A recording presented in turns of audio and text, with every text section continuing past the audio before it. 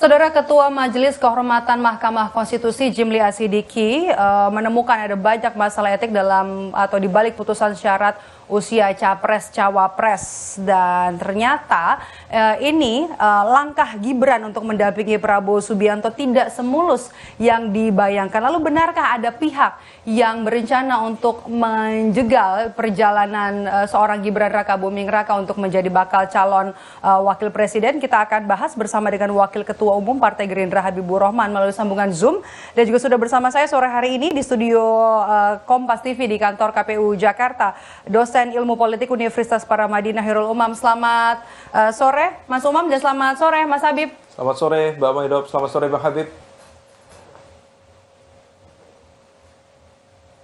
Selamat sore Mas Umam. Mas Habib, bisa dengar suara kami? Ya, dengar, bisa dengar jelas sekali. Oke, Mas Habib, pertanyaan pertama menuju ke Anda. Memang benar ada yang mau menjegal seorang Gibran Rakabuming Raka?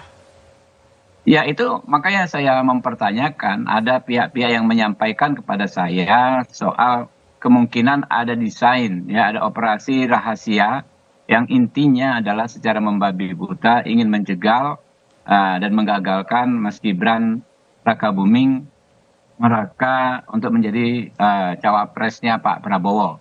Nah, ini terkait ya respon terhadap putusan Mahkamah Konstitusi.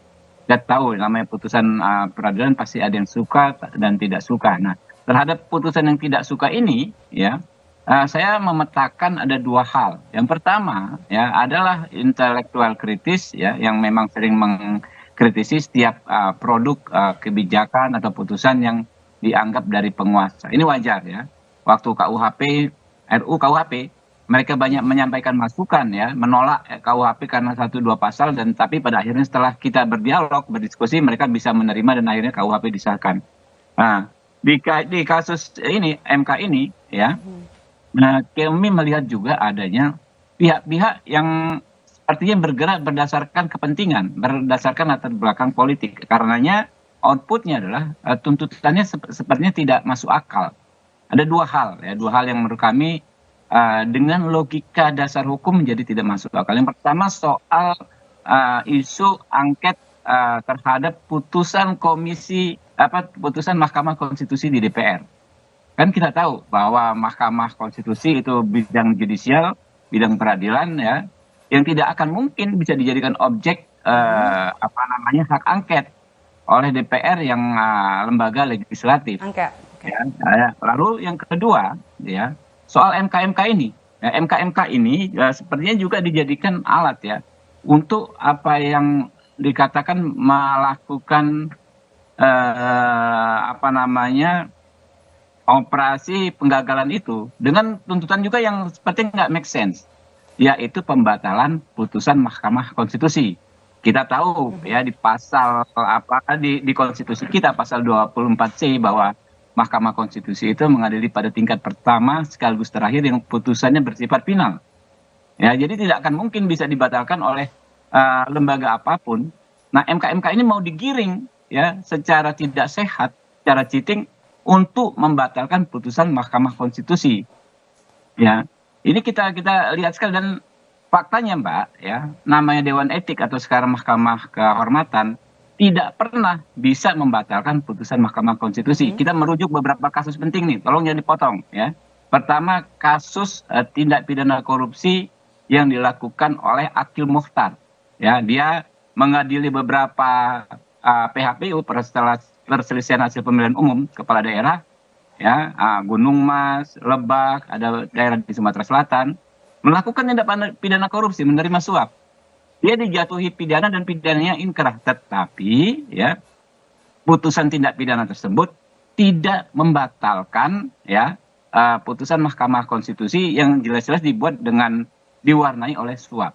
Begitu juga kasus Patrialis Akbar. Nah, ingat, ya, beliau ditangkap karena dituduh menerima suap dalam perkara PU, pengujian undang-undang, ya, uji materi, sama kayak MK begini. Waktu itu undang-undangnya adalah Undang-Undang Peternakan dan Kesehatan Hewan. Nah, putusan terhadap saudara Patrialis Akbar ini tidak membatalkan putusan Mahkamah Konstitusi dalam PUU tersebut. Nah, hal lain ya, ada fakta tambahan bahwa putusan Mahkamah Konstitusi, putusan Majelis Kehormatan atau Dewan Etik Mahkamah Konstitusi tidak bisa juga membatalkan putusan lembaga lain. Seperti misalnya Hakim Konstitusi ini yang kemarin banyak curhat, namanya Arif Hidayat. Ini kan 2 kali orang ini melanggar kode etik. 2 kali dihukum melanggar etika di Mahkamah Konstitusi. Yang kedua, orang ini dihukum karena disebut melakukan pertemuan dengan anggota Komisi Hukum DPR pada saat fit and proper untuk terpilihnya kembali dia sebagai hakim konstitusi. Faktanya ya Hakim Konstitusi. Yang memutuskan Pak Arif Hidayat ini sebagai hakim konstitusi tidak bisa dianulir. Padahal jelas-jelas Arif Hidayat ya melanggar etika dengan melakukan pertemuan dengan anggota Komisi Hukum. Nah, inilah fakta yang jelas. Baik saya sudah sampaikan Jadi itu indikasinya ya menurut Partai Gerindra ya. Nah, ini kenapa ngotot sekali melalui 2 hal tersebut. Saya harus potong. Saya mau ke Mas Umam. Mas Umam, memang bisa putra presiden terjegal?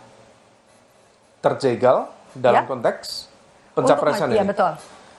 Begini, apa yang disampaikan oleh Bang Habib, saya pikir itu adalah sebuah early warning system. Karena bagaimanapun juga narasi yang kemudian terus berkembang, diakui atau tidak, ini adalah sebuah operasi politik yang kalau misal kemudian bisa dipertahankan secara politik dan memenangkan sebuah pertarungan politik, maka dia akan bisa menjadi munisi untuk menjegal Gibran.